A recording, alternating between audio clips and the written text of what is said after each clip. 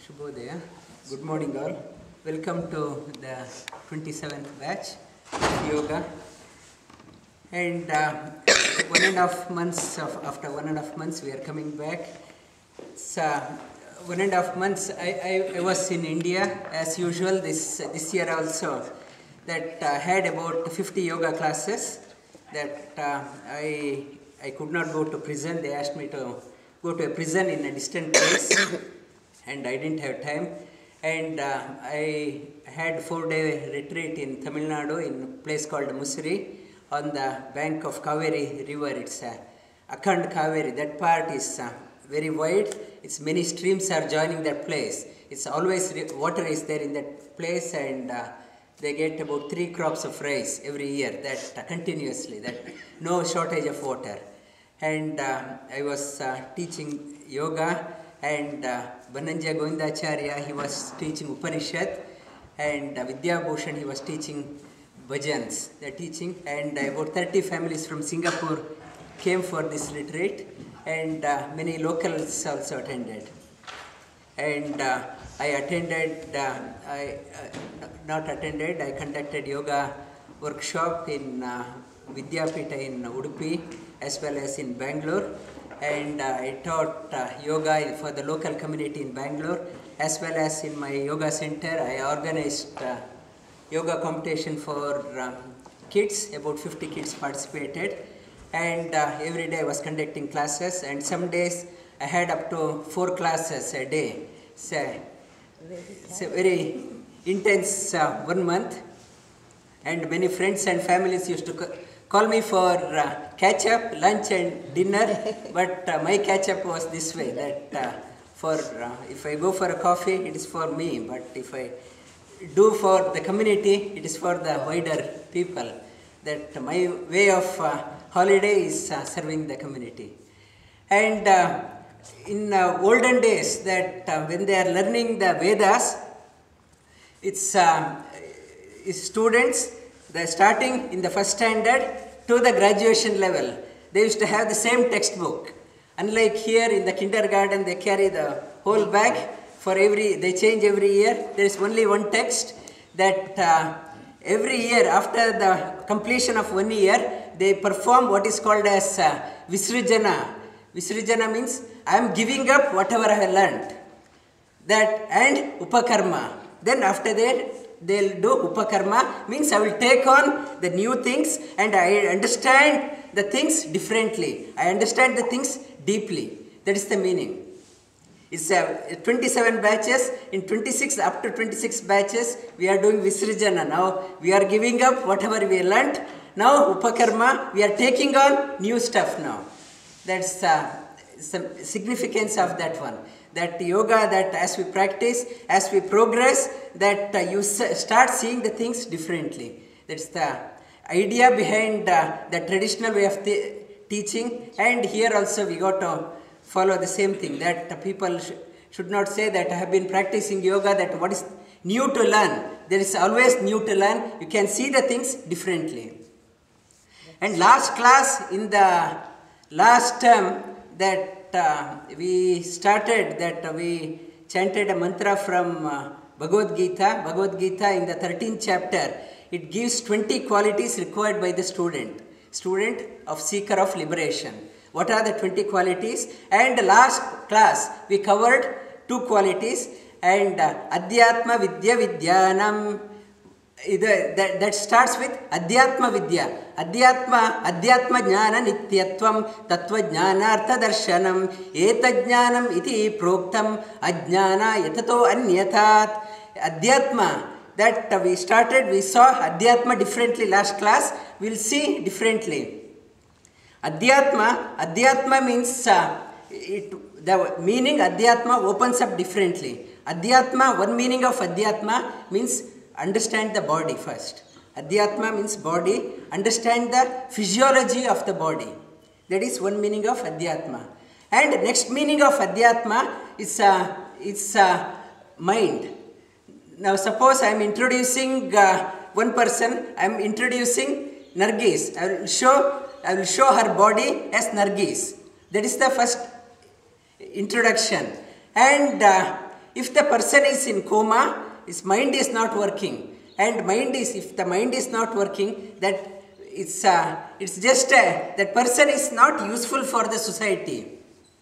And active mind is required to be able to contribute to the society. And scripture says, Manayeva Manushyanam Karanam Bandha Mokshayoho. Mind is the source of bondage and mind is the source of liberation. And mind itself takes us, elevates us or pushes down. And second dimension of Adyatma is mind. Understand the psychology. One is physiology, not to stop there and progress further. Understand the psychology. Understand the Adyatma means psychology. And we are not mind. We think through the mind. That when I say that this is my hand, this is my legs, these are my legs, this is my head, and this is mine, but what is me? There is something beyond that one. It has limbs, that we are addressing that one. That when I am introducing somebody, that is Nargis, I am not referring to her body, her innermost, her soul. That Adyatma means soul, Jiva. Jiva goes from one body to another. This Adyatma means soul. Understand the science of souls. That is Adyatma. This one is physiology. Next is psychology. Then it's understand the science of souls. That is Adyatma. Next, Adyatma means that means God. Try to understand the God. That's a difference between individual soul and the God. That's the individual soul. They say it's a Deshataha, it's a supreme, Deshataha Ananta. It's pervasive. Everywhere it is pervasive. Whereas individual soul is confined to the body. It's Shaktitaha Ananta. The supreme, the God is all potent. That he is omnipotent, whereas our individual soul, it's a limited capacity. That is the difference between that individual soul and the supreme. And try to understand the supreme. That is the meaning of Adyatma. That means Adyatma means physiology, psychology, and science of souls and science of God. And yoga covers all four aspects. That's why yoga, it is called as for the body, mind and spirit. They say that body means physiology, mind is psychology, and spirit meaning the individual soul and the supreme soul. It covers this all four dimensions of Adyatma. And our physical body is, we have 5 sheets, 5 layers of our personality exists.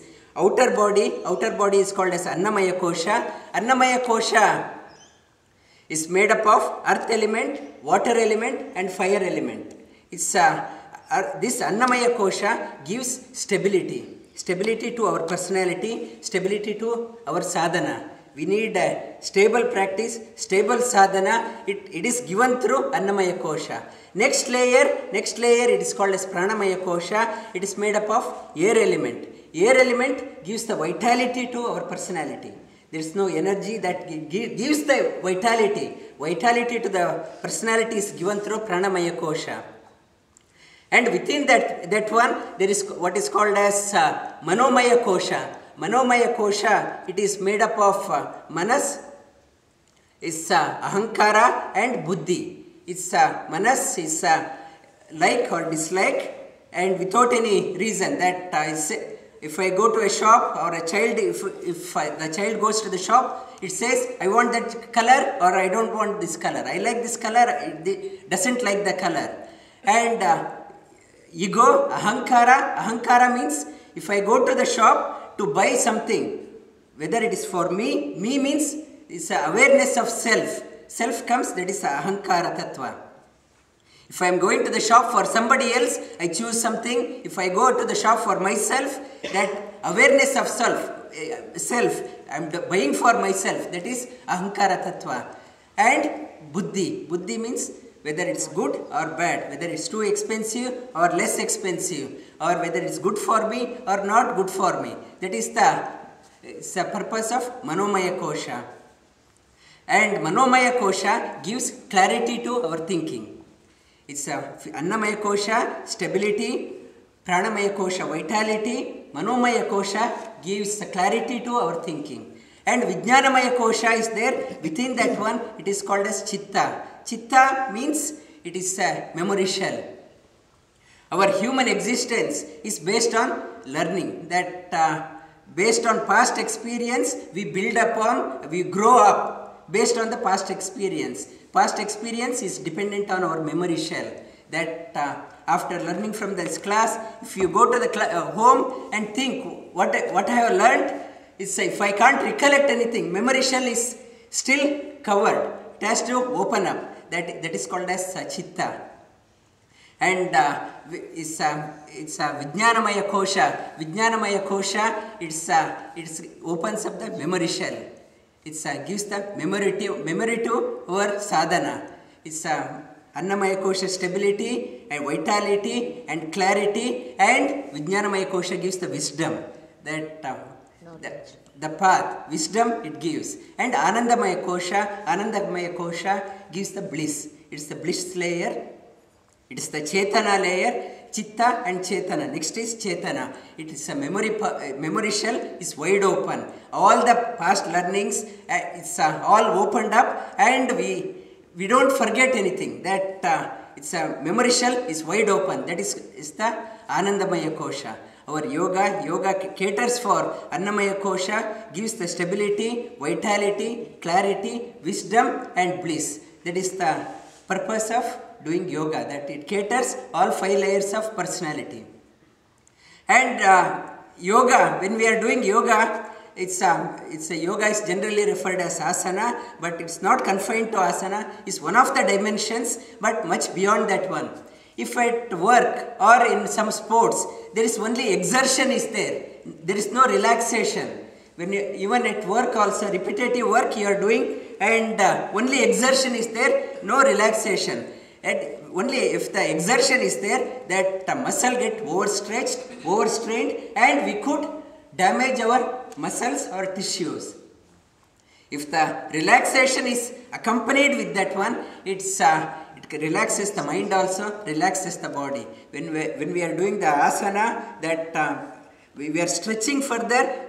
Initially we are stretching, exertion is there, and after that you are relaxing. And when it said, when you are doing asana, I have seen many people, they forcefully, squeeze their eyes and squeeze their mouth. That means you are not relaxing. It's when you are doing asana, try to relax your tongue also and relax your face muscles. That's why it's a smile on the face. I keep saying that one. Relax your face muscles. Not to squeeze your eyes, not to squeeze your jaws, not to strain your tongue. Relax your tongue. If you are straining your tongue, that means your Vishuddha chakra, you are constricting that one. And squeezing your eyes, you are blocking your Ajna chakra. And whenever doing your asana, that don't sit like this. It reduces it covers the light, inner light. That it dims the inner light. Spine is erect, means our air is going properly, mind is opened up. When I am here like this and mind is half closed, try to sit erect. That is the asana. And it's an asana. That asana is doing asana, exertion and relaxation. Doing this one, active mind becomes a witness mind. It's doing the asana, that as you progress, as you do the yoga, that your active mind, busy mind, stressful mind becomes a witness mind. It's not only helping the physical body, also relaxes the mind and helps you tap into your memory shell and wisdom and tap into your bliss sheath. And we will continue next week. Lie down on your back.